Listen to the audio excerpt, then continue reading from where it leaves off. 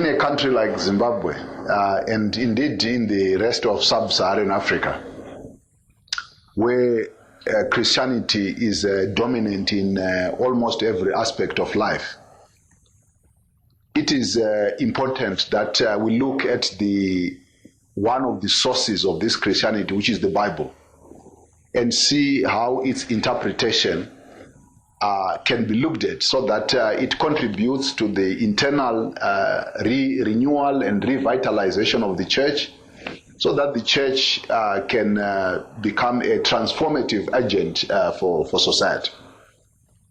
And in the next few minutes, I want to go through with you a process of renewing and transformative biblical interpretation, which we are using here in Zimbabwe, at the work we are doing at Zimbabwe Council of Churches, as a way to demonstrate how transformative biblical interpretation looks like. For such a process, there are key relationships that one must look at. It is the relationship of the biblical text itself, the readers of such a text, the author behind the text, and the subject matter that brings together the text, the readers, and the author. This relationship is obviously a dynamic relationship, and as you can see from the slide here, at the top we have the subject matter, that which brings together all the the three elements. But let me start with the text. The biblical text itself is that which we read. Normally it's translated in the vernacular, but originally it was written either in Hebrew and different versions of Hebrew. And some texts were actually in Greek, even in the Old Testament. And then we have the New Testament itself, which is in Greek.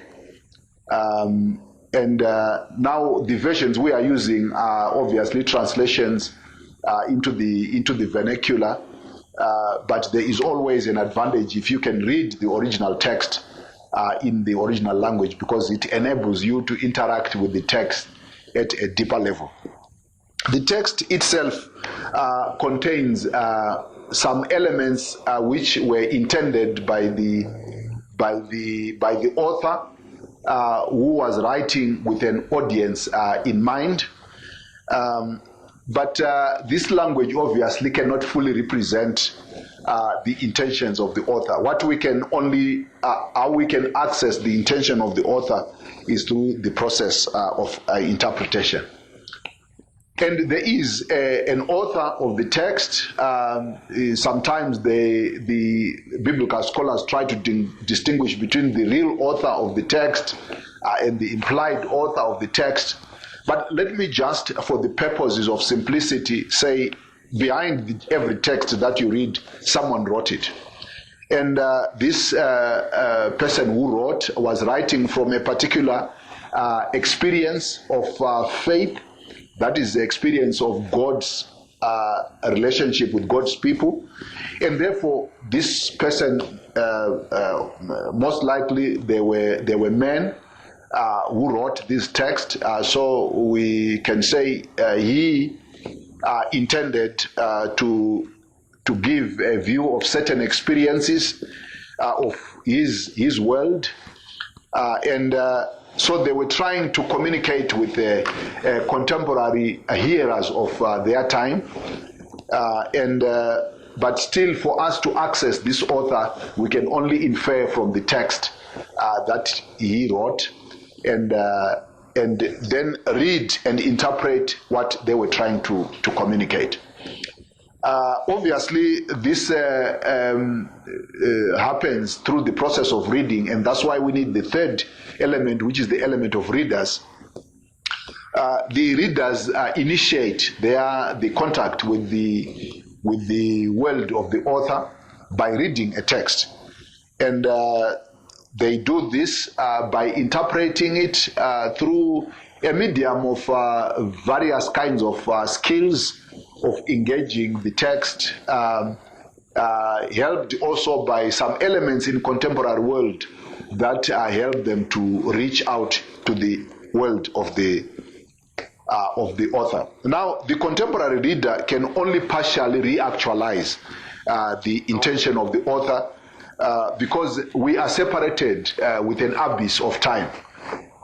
There is cultural differences from the author, but also there is time which has transpired, which make to go back to the original intentions of the author a little bit difficult. But we also have commonality of human experience between contemporary readers and the author, which make actually to give us some kind of a window through which we can access what the author actually wanted to communicate. But what really brings together the author of the text itself, and contemporary readers is the subject matter, what they have in common. It may be about God, it may be about human experiences, it may be about challenges, different kind of challenges, joys, celebrations, all these elements that are common to humanity. These provide the common basis upon which the reader, contemporary reader, and the text and the one who authored the text, what brings them together. Now, having said that, I need to point out how does the reading process become transformative and renewing. There are some elements that I find important, and but I think first and foremost we need to look at this relationship as a dynamic relationship.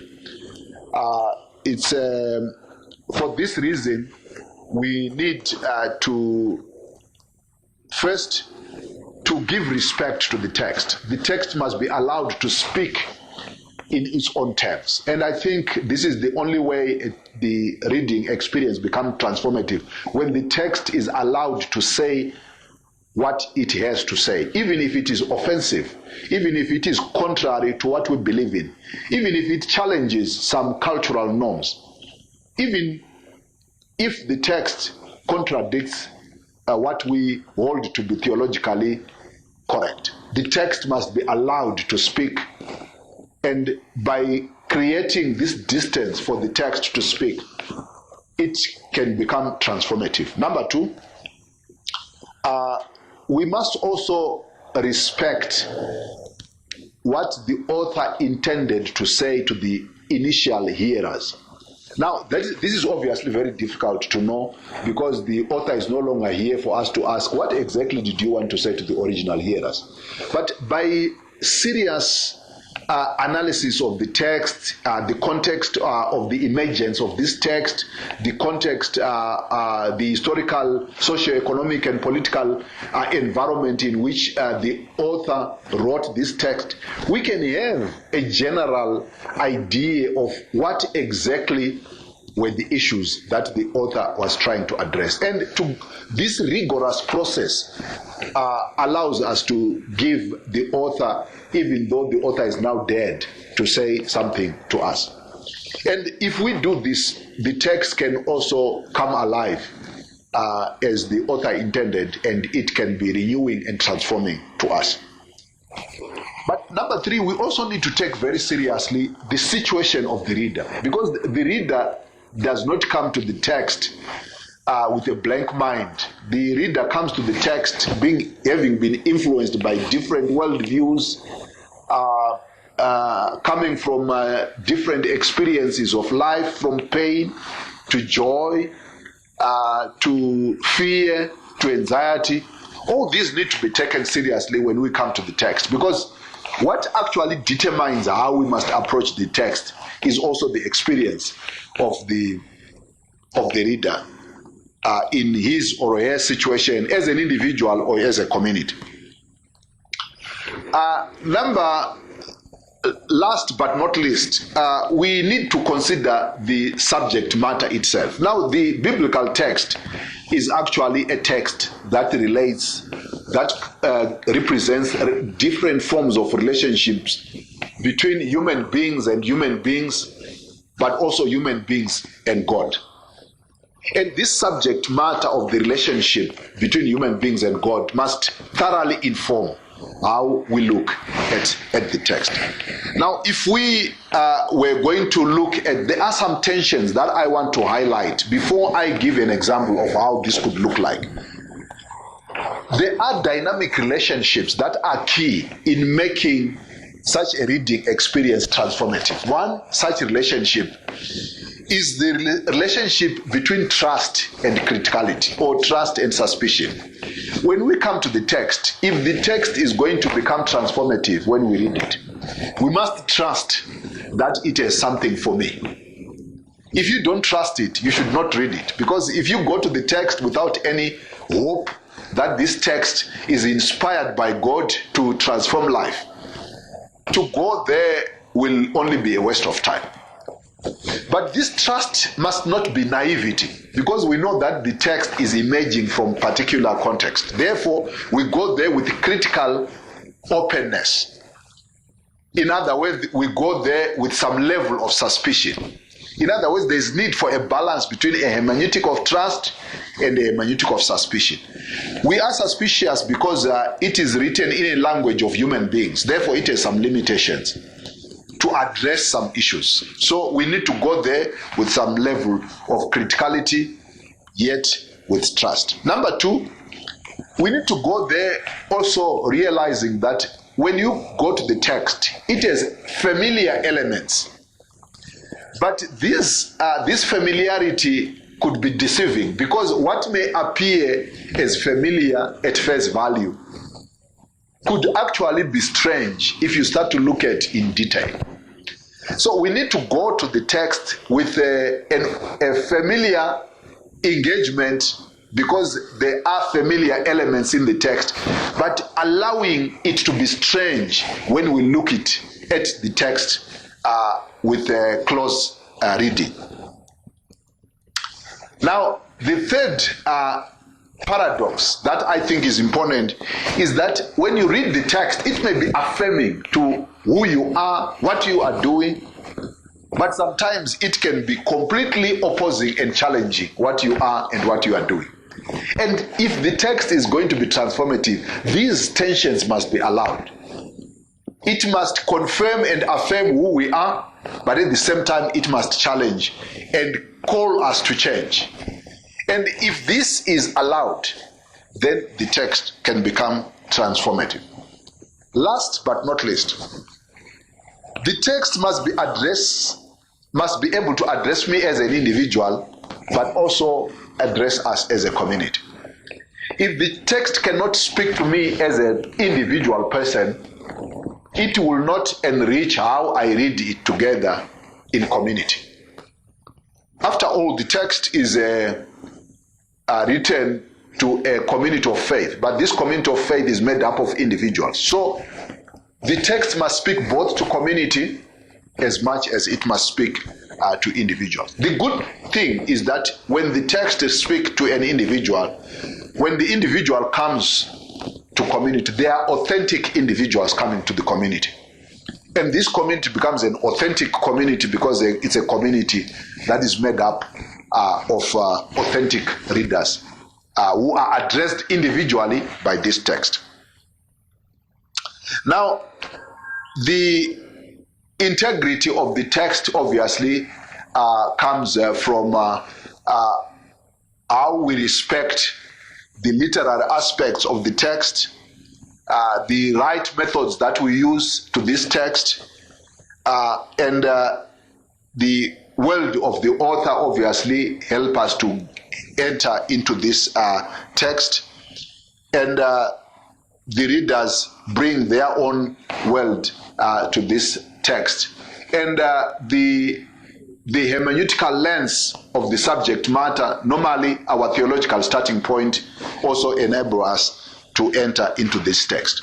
Now, what I would have wanted to do is to look at one text as an example, how the text we were using today in our gender justice workshop. We just finished a contextual interpretation of the text of 1 Kings chapter 21, which you can see from the screen. Now, when you read this text, obviously we as readers here in Zimbabwe, we find it very relevant in our context, and that's why in the first place we chose it. But the reason why we chose this text first is because we wanted to say gender as an issue is a relational issue. So what we did is we took a text where we have three key characters: Naboth, a man who owns land; Ahab, the king of Israel; and his wife Jezebel. This is a very, very interesting text, because what we wanted to demonstrate is that when you look at this text, you are not only looking at the relationship between men and women, you are also looking at other relationships. For example, you are looking at the relationship between the ruler and his subjects. This is an ancient community where you have the king and those who are ruled. But you're also looking at other relationships. For example, the relationship of economics, of business. Because Ahab wakes up one morning and he looks at a piece of land and he wants to buy this land. So actually it's an innocent economic transactional relationship that Ahab initiates. But then there is another relationship here that is very interesting. Is the understanding, for example, of Jezebel, of what is the power of the king. Jezebel sees her husband sad. And she says, but you are the king of Israel. You shouldn't be sad. Everything in this land is yours. You can have it whenever you want it. So why don't you just sit down, be calm, and I will give you this land? Now, we know that Naboth refused to sell this land because he says, it is my ancestral piece of land, so I cannot sell it. No money can buy my ancestral heritage. That's what he's saying. So what happens? Jezebel connives. He takes the seal of the national president. He takes the letterhead. He writes a letter. Can you call for a national festival? Obviously, this is a religious festival on one end, because all the people are invited to celebrate, and to celebrate it as a religious festival. But during that festival, Jezebel says, during that festival, bring together some scoundrels, some crooks, two of them. They will sit next to Naboth. After the festival, they will come and say, during this festival, we had Naboth cursing God and cursing the king. So in other words, Naboth is now charged with blasphemy, and he is also charged with treason. And what happens next is obvious. Naboth is taken into the streets and he is torn outside the city and he is killed. Jezebel goes to Ahab and tells Ahab, cheer up now. Naboth is dead. You can go and have that land. And the king goes, he takes the land, and the land becomes his. Now, there are many ways through which we can look at this text. First, what did the author want to communicate? We don't know, but we can infer from the text. First, maybe the author wanted to communicate injustice. We know, how do we know this? Because if we read the next part of the text, Elijah comes up and he rebukes the king and his wife and he condemns them. So we can infer from the text that actually the author intends to say something about injustice. What could be happening in the author's world? Maybe there is a possibility that the poor are having their property taken away from them by force. So there is a lot of injustice in the land. So what may be required is a close reading of this text. Take very seriously the literary elements, very, very interesting literary elements you will find in this text if you read it as literature. Maybe what may be required is also to look at the world of the author through historical critical analysis. We could look at land ownership during this period.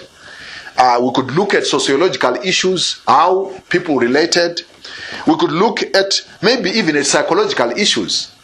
We could look at take some archaeological findings of the time and see what were the treaties, what were the business agreements of the time. We could do that in order for us to get into the world behind this text.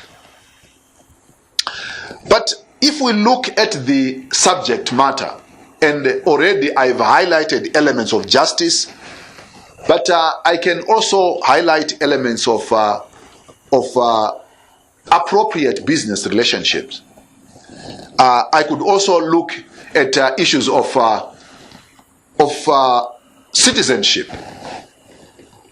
What are the implications for contemporary readers? For our situation here in Zimbabwe, this could be a very interesting text. And we already saw from the readers we had this morning that they can already see the implications of this. For example, on the land question here in Zimbabwe, we have already seen some people referring, for example, to the question of who accesses land. What are justice elements around issues of land? And all these issues are very, very helpful for us to enter into very important discussions for our context. Now, what I am just doing with this text is to show that for the context we have here in Zimbabwe, you can use the Bible first to renew the church itself, because the church needs to be able to engage with the text for its own internal renewal. How does the church get renewed by such a text? If the church looks at its own internal relationships, the church will address questions of injustice in its midst. It will look at how leaders make decisions.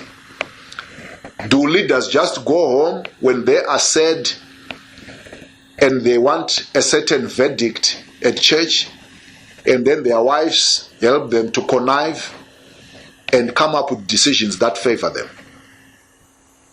Or do leaders consult, follow policies, and that they make just decisions in church?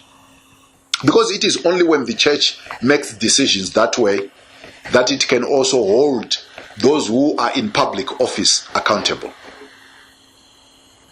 What other elements emerge here are elements of relationship between men and women. Because sometimes the assumption is that women are told what to do by men. But we can see in this case, there is a possibility that actually women can participate in different webs of power relationships.